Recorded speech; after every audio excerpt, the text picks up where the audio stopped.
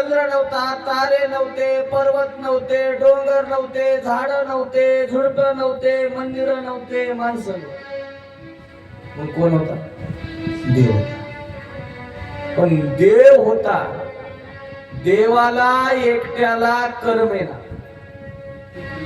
माणसाचा स्वभाव ऐका, मानसशास्त्र ऐका. मानसशास्त्र सांगतं माणसाला एकट्याला करमत नाही. किती मोठ्या गुन्हेगाराला फक्त एकट्याला टाकून द्या कुठं, ते म्हणेल मला इथं काय कोड्यानं मारायचं ते मारा माणसा, पण एकट्याला टाकू नका. का? मानव हा समूह प्रिय प्राणी. म्हणून तर गावं झाले ना. गावं का निर्मिती झाली? नाही तर राहिले असते लोक त्या पश्चिम महाराष्ट्रासारखं शेत आहे. का गावं झाले? तर माणसाला समूह आवडतो. माणसाला माणसं आवडतात, माणसाला बोलावं वाटतं. आणि बोलण्याच्या बाबतीत तर पुरुष मंडळीपेक्षा आमच्या माता बहिणीला जास्त आवडतं. एक स्पर्धा होती, स्पर्धा जर्मनीमध्ये. त्याने स्पर्धा लावली होती, जगात सर्वात जास्त खोटं कोण बोलतंय त्याला 2 लाखाचं बक्षीस.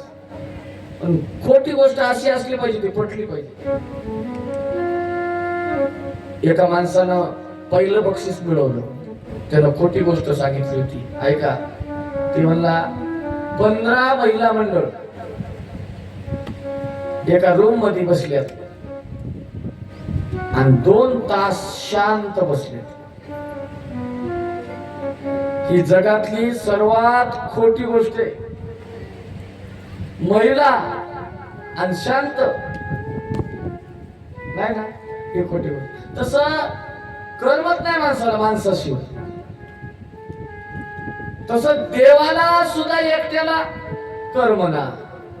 मग ते म्हणलं काहीच कर्मना, दिवस जाईना, मोबाईल नाही. आता कसं झालंय बघा, मोबाईल असला ना पाठी माणसाला माणसंच लागली ना. व्हॉट्सअप, फेसबुक, ही फेसबुकची संपत्ती काही कामाची नाही. एक माणूस तडफडून गेला.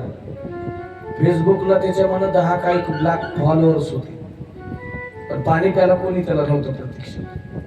ही संपत्ती काही करायची नाही का? फेसबुक, व्हॉट्सअप, चंद्रावर लोक जातात. आपल्या घरीच काय चाललंय आपल्याला माहित नाही. सरकारने रस्ते सुधारलेत, पण रस्त्यानं चालायचं कसं माणसाला अजून कळत. 6च्या नंतर बघा गाड्या कशा धावतात. रस्ते सुधारून काय उपयोग आहे? माणसाची वृत्ती सुधारायला पाहिजे.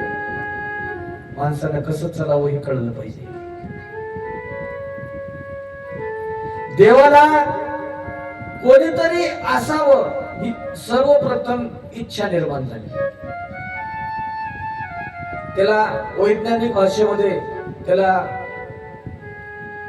बिग बँग म्हणतात बघा. युट्यूबवर टाका, कसं निर्माण झालं? बिग बँग झाला. बिग बँग म्हणजे काय? महास्फोट झाला. महास्फोट म्हणजे देवाला इच्छा निर्माण झाली. सर्वप्रथम देवाला वाटलं आपण अनेक व्हावं. यालाच म्हणायचं बिग बँग. सर्वप्रथम देवाच्या मनात इच्छा निर्माण झाली आणि इच्छा निर्माण झाल्यानंतर त्या देवानं संकल्पानं मायेला निर्माण केलं. तेथे एक ढालगज म्हणजे माया. तेथे एक ढालगज निर्माण झाली. त्या मायेला देवानच निर्माण केलं. म्हणजे देव त्या मायेचा बाप झाला. निर्माण देवानच केलं आणि त्याच मायेबरोबर देवाने लग्नही केलं. मायेला म्हणायचं परमार्थ. हे त्याला कळालं ना, ते धन्य. निर्माणही देवाने मायेला केलं, त्या मायेबरोबरच देवाने लग्न केलं. तिनं बापाची दादला केला. दादला म्हणजे नवरा, बापालाच नवरा केला त्या मायेला. आणि त्या दोघांपासून, देव आणि मायेपासून हे जगत निर्माण झालं. आता ज्ञानेश्वरी काढा. ज्ञानेश्वर महाराज काय म्हणतात?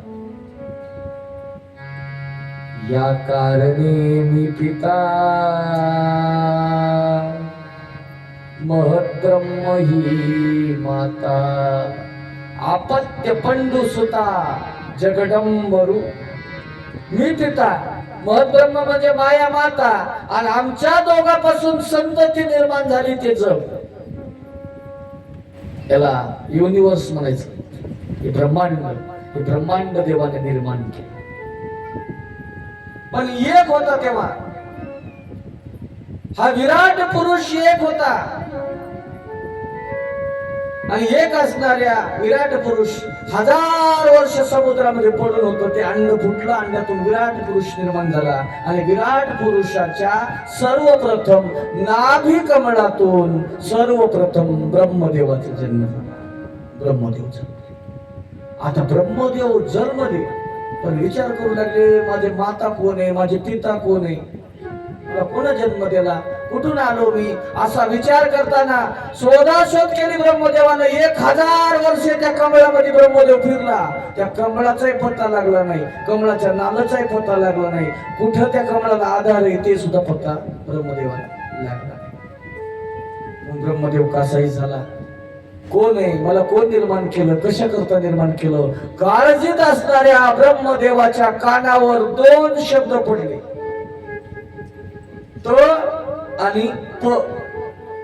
तप एवढीच आकाशवाणी झाली आणि ब्रह्मदेवानं तप करायला सुरुवात केली.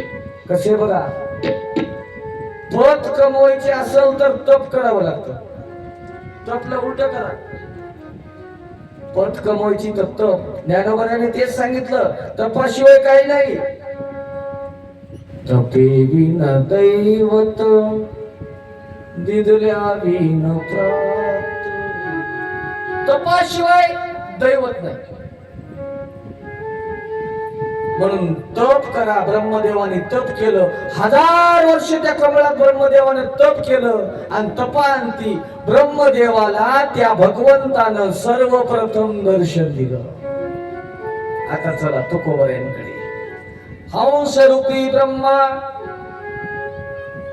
उपदेशी श्रीहरी चतुश्लोकीचारी भागवत. सर्वप्रथम ब्रह्मदेवाला तप केल्यानंतर दर्शन देऊन देवानं ही भागवत सांगितलं. ते गुज विधाता सांगे नारदासी. नारदानं कोणाला सांगितलं? व्यासांना. ही परंपरा आहे. ऐका, ब्रह्मदेवाला दर्शन दिलं आणि चतुश्लोकी भागवत सर्वप्रथम ब्रह्मदेवाला सांगितलं आणि ब्रह्मदेवाला देवाने आज्ञा केली, आता तुम्ही काय करा, सृष्टी निर्मिती करा. ब्रह्मदेव सृष्टी निर्मिती करू लागले. चांगली चांगली चांगली चांगली निर्मिती करायला. निर्मिती जास्त संत महात्म्याने सांगितली नाही. वेदांत शास्त्र दृष्ट्या हे काहीच नाही. समजा असं ते, त्याच्यामुळे निर्मितीला जास्त वेळ घालायचा. काही असून सृष्टी निर्माण केली, ब्रह्मदेवाचं समाधान होईना. काही सरपटणारे प्राणी केले, काही उडणारे प्राणी केले, जलचर केले, भूचर केले, खेचर केले, ब्रह्मदेवाचं समाधान होईना. ब्रह्मदेवाला वाटू लागलं काहीतरी अजून चांगलं करावं, चांगलं करावं, चांगलं करावं, पण होत नव्हतं. ब्रह्मदेवाला राग आला आणि ब्रह्मदेवाच्या दोन्ही भुवयाच्या मधून एक देवता प्रकट झाली. त्या देवतेचं नाव होतं रुद्र. बोल रुद्र भगवान. रुद्रदेव प्रकट झाले. रुद्रदेवाने नमस्कार केला ब्रह्मदेवाला. काय करावं? सृष्टी निर्माण करा. रुद्र सृष्टी निर्माण झाली. पण ब्रह्मदेवाचं समाधान नाही. रुद्राला थांबवलं. थांबव म्हणजे तुमचं निर्मिती. मला माझ्या मनासारखी ना आवडणारी मला सृष्टी निर्माण करायची. 8 प्रकारे सृष्टी निर्माण झाली पण ब्रह्मदेवाचं समाधान नाही. सुंदर काहीतरी राहिले, सुंदर काहीतरी राहिले. माणसाच्या शरीरासारखं, माणसाच्या देहासारखा सुंदर देव कोणता नाही. ती ब्रह्मदेवाकडे राहिला होता. बरंच केलं निर्मिती, पण सुंदर वाटत नव्हतं, समाधान वाटत नव्हतं. ब्रह्मदेव कासाई झाले आणि ब्रह्मदेवाच्या शरीराचे 2 भाग झाले. एका भागापासून पुरुष निर्माण झाला आणि एका भागापासून स्त्री निर्माण झाली. जो पुरुष होता त्याचं नाव होतं स्वयंभुव नावाचे मनू आणि स्त्रीचं नाव होतं शतरूपा नावाची राणी. या दोघापासून आता जेवढे माणसं आहेत ना हे दोघापासून निर्माण झाले. स्वयंभू मनु आणि शतरूपाराणी हे निर्माण झाल्यानंतर ब्रह्मदेवाला त्यांनी नमस्कार केला. देवा, आम्हाला तुम्ही निर्माण केलं, पण आम्हाला राहण्याकरता आता जागा द्या, घर द्या. माणसाच्या मूलभूत गरजा तीन आहेत: अन्न, वस्त्र आणि निवारा. मग आम्हाला निवारा द्या, ते घर द्या. घर कसं असलं पाहिजे? घराचं गोकुळ करतात.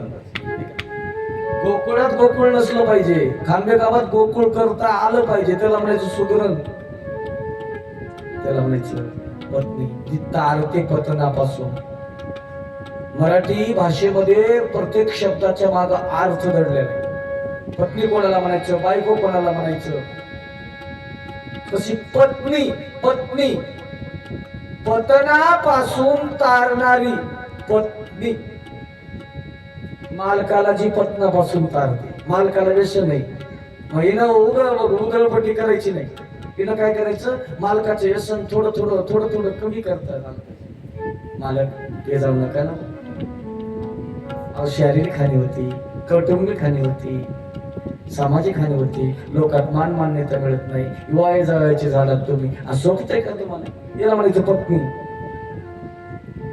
करायचे कर, तुम्ही करते उधळपट्टी. ऐका ना, हे पतनापासून तारता आलं पाहिजे मालकाला. आम्हाला घर पाहिजे. घराला मी गोकुळ सांगत होतो. गोकुळ खांबे गावात होतं, गोकुळ तुमच्या घरी होतं. सोन्याचा संसार करता आला पाहिजे. माझ्या घराचं गोकुळ झालं, मण्याने दाने नाल. माझ्या घराचं गोकुळ केलं, मण्याने दाने नाल. जसं उकळीत घडले सारे होता सोन्याचा संसार. राजा राणीचा दरबार होता सोन्याचा संसार. राजा राणीचा दरबार. सोन्याचा संसार असला पाहिजे, गोकुळ करता चांगलं सुंदर आहे. म्हणून आम्हाला आमचं घर द्या. त्या म्हणून ब्रह्मदेवाला आता ब्रह्मदेव विचार करायचा. ऐका अमर भैया, ब्रह्मदेवाचा विचार चालू आहे. आता खोटं घर द्यायचं. जे घर होतं ना, राहण्याचं ठिकाण, प्रति होती ती रसातळाला गेली होती, समुद्रात गेली होती. आणि त्या समुद्रात हिरण्याक्ष नावाच्या दैत्याने नेली. मला याला जागा कुठे द्यायची? ब्रह्मदेव चिंता तू रे. आणि ब्रह्मदेव विचार करायलाय काय करावं, याला घर कुठं द्यावं, कोणत्या योजनेत बसवावं, घरकुल कसं द्यावं. आणि तेवढ्यात ब्रह्मदेव विचार करते. ब्रह्मदेवाच्या नागपुरीतून एका वराह करते. वराह पिल्लू बाहेर पडलं. बोल वराह भगवान की जय. भगवंताचा अवतार आहे वराह भगवंता. वराहाचं पिल्लू बाहेर पडलं आणि क्षणार्धामध्ये त्या वराहाच्या पिल्ल्याचं रूपांतर आवाढव्य असे आवाढव्य रूप धारण करू लागले. ते वराह भगवंत निघाले समुद्रात. त्यांनी उडी मारली. समुद्रात उडी मारून जी रसातळाला, समुद्राच्या तळाला जी प्रतिमाता नेली होती, त्या प्रतिमाताला आपल्या दातावर त्यांनी घेतलं. बाहेर निघाले. बाहेर निघत असताना एक दैत्य आला आडवा. त्या दैत्याचं आणि वराह भगवंताचं युद्ध झालं आणि त्या युद्धामध्ये तो दैत्य मरण पावला. त्याचं नाव होतं हिरण्याक्ष. प्रति आणली, प्रतीची स्थापना केली. स्वयंभू नावाचा मनु आणि शतरूपाराणी त्या प्रतिवर लावला. या ऐकणारे का परिस्थिती राजा काय आपल्यासारखे होते का? ते म्हणजे थांबा, सुखदेव महाराज थांबा आधी. अहो ते दैत्य कोण होता, कोणाचा कोण होता, त्याने प्रतीला रसातळाला का नेलं ते सांगता का? असं सांगतात शॉर्टकट. मग सुखदेव महाराजांना त्या दैत्याचं नाव सांगितलं. त्याचं नाव होतं हिरण्याक्ष. आणि हा कश्यप नावाच्या ऋषीचा मुलगा आहे. दिती नावाची पत्नी होती कश्यपाची आणि त्याचा हिरण्याक्ष आणि हिरण्यकश्यप हे दोन मुले. त्याच्या जन्माची कथा परीक्षित राजाला सुखदेव महाराज सांगू लागले. संध्याकाळची वेळ आहे. संध्याकाळ म्हणजे सायंकाळ. त्याला महादेवाचे भक्त असतील तर त्यांना सांगतो प्रदोष काळ. एक तर दिवस मावळलाय आणि अंधार झाला नाही. हे फक्त पावन तासाची वेळ असते ती सायंकाळी. त्या प्रदोष काळाच्या वेळेला कश्यपाला 13 पत्नी. त्या 13 पैकी दिती नावाची पत्नी आपल्या मालकाच्या जवळ आली. कश्यपाच्या जवळ मालक डोळे लावले होते. मालकानं ध्यान करू लागले. मालकानं डोळे उघडले. बोल दिती काय? अहो मालक, आमच्या बापानं 13 बहिणीला तुम्हाला दिले. 12 बहिणीला माझ्या मुलं झाले, लेकरं झाले. मला अपत्य नाही. आणि बिना अपत्याचं किती दुःख असतं तुम्हाला काय सांगू. मला आजची इच्छा आहे माझ्या 12 बहिणी सारखंच मला सुद्धा अपत्य व्हावं, मला मुलं व्हावीत, माझी इच्छा. कश्यप नावाचे ऋषी हसले. अगं दिती, प्रत्येक स्त्रीला मातृत्वाची इच्छा असते. तुला इच्छा झाली ना, खरं आनंदाची, बरोबर आहे. मग माझी पुत्र प्राप्तीची इच्छा पूर्ण करा. दितीनं मालकाला प्रश्न केला. तेव्हा मालकानं सांगितलं, दिती तुझी इच्छा जरी चांगली असली तरी ह्या टायमाला तू आलीस ना वेळेला, ती वेळ चांगली नाही. कोणत्या वेळेला आली होती? सायंकाळ. अंधार पडला नाही आणि दिवस मावळलाय. हे ध्यानात ठेवायला सायंकाळ म्हणतात. सायंकाळच्या वेळची वेळ बरोबर नाही देती. थोडा वेळ 2 घटका थांब. तुझी पुत्र प्राप्तीची इच्छा जी आहे ती मी पूर्ण करतो. पण कश्यपाचं ऐकायला देती तयार नाही. कश्यपानं सांगितलं, दिती या वेळेला तुझा देव म्हणजे भगवान शंकर महादेव आपल्या 3ऱ्या डोळ्यानं जगताचं अवलोकन करत असतो. बघा ध्यानात ठेवा, सायंकाळच्या वेळेला महादेव 3ऱ्या डोळ्यानं सर्वांकडे पाहत असतो. त्या वेळेला हे कश्यप ऋषी सांगायला आपल्या बायकोला. म्हणून या वेळेला हे कृत्य उचित नाही. तू जे सांगतीस ते सांगितलं. माणसानेही फार बारकावा विचार करावा. प्रत्येक गोष्टीला काळाला वेळेला माणसानं पाहिलं पाहिजे. शास्त्र सांगते चतुर्थी, षष्ठी, अष्टमी, दशमी, एकादशी, अमावस्या, पौर्णिमा, तीर्थ, मकर संक्रांती जे सण उत्सव या वेळेला ब्रह्मचार्य व्रताचं पालन व्हावं. एकादशी पाहिली पाहिजे, अमावस्या पाहिली पाहिजे, पौर्णिमा पाहिली पाहिजे. तसं त्या ऋषीनं सांगितलं, वेळ पाहिजे. सायंकाळची वेळ आहे. तुझा देव सर्व पृथ्वी मातेला, सर्व ब्रह्मांडाला पाहत असतो. आणि असं कृत्य जर त्याच्या लक्षात आलं तर महादेवाचा कोप होईल. पण दिती ऐकायला तयार नाही. ऐका, हट्ट धरला आणि नाईलाज झाला कश्यप नावाच्या ऋषीचा. पती पत्नी एकत्र आले आणि एकत्र आल्यानंतर जाताना सांगितलं, अभद्र स्त्री, तू महादेवाचा अपमान केलास, नाईलाज केलास माझा. तुझ्या पोटी जगाला त्रास देणारे 2 मुलं जन्माला येतील. कारण अपराध केलास महादेवाचा. पण माझ्यावर तुझी निष्ठा आहे, त्याच्याकरता तुझ्या पोटी जरी राक्षस जन्माला आले पण तुझा नातू मात्र देवाची भक्ती करणारा होईल. म्हणजे हिरण्यकश्यपूचा जो मुलगा प्रल्हाद आहे ना, तो भक्त होईल. शाप दिला आणि कश्यप ऋषी निघून गेले. आणि याच दितीच्या पोटी काळ वेळाचं भान ठेवलं नसल्यामुळे 2 राक्षस जन्माला आले. एका राक्षसाचं नाव होतं हिरण्याक्ष आणि दुसरा होता हिरण्यकश्यप. त्याच्यातला जे हिरण्याक्ष होता त्यानं प्रतीला समुद्रात नेऊन ठेवलं होतं आणि त्या प्रतीला वर आणण्याकरता देवानं वराह अवतार धारण केला आणि त्या प्रतीला देवानं वर आणलं. स्वयंभू नावाच्या मनुला शतरूपेला राहण्याला जागा दिली. ते दोघं दाम्पत्य तिथं राहू लागले. आनंदाचा दोघांचा संसार झाला आणि त्या संसारामध्ये या दोघायला 3 मुली आणि 2 मुलं झाली. आकुती, देवहूती आणि प्रसूती ह्या 3 मुली झाल्या. प्रियव्रत आणि उत्तानपाद नावाची 2 मुलं झाली. आणि या 5 जणांपासून जे काही झालं शाखा ते सर्व मानवाच्या शाखा आहेत. 3 मुली 2 मुलं. परीक्षित राजानं विचारलं, महाराज या 3 मुली होत्या, त्या 3 मुली कोण्या कोण्या ऋषीला दिल्या?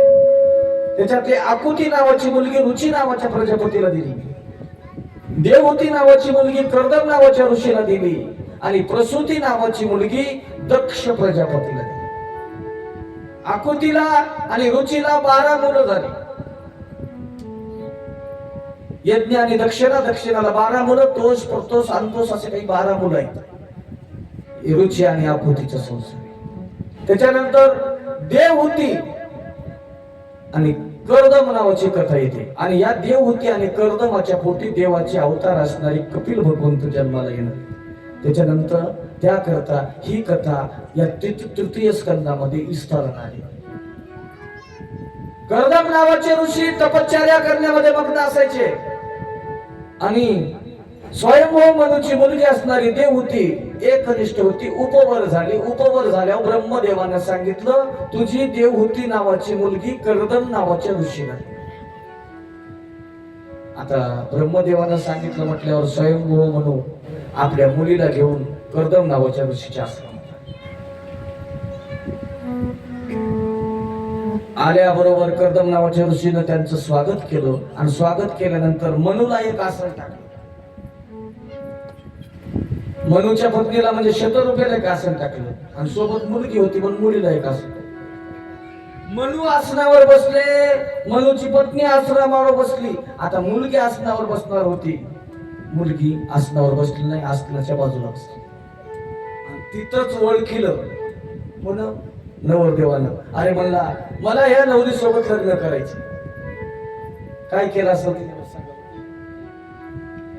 तिने विचार केला, होणारा पती आहे आणि पतीनं टाकलेल्या आसनावर आपण बसायचं नाही म्हणून त्या आसनाच्या बाजूला बसली होती आणि शेतावरून भाताची परीक्षा होती. त्यांनी सांगितलं मुलगी सुलक्षण आहे, मी लग्न करायला तयार आहे.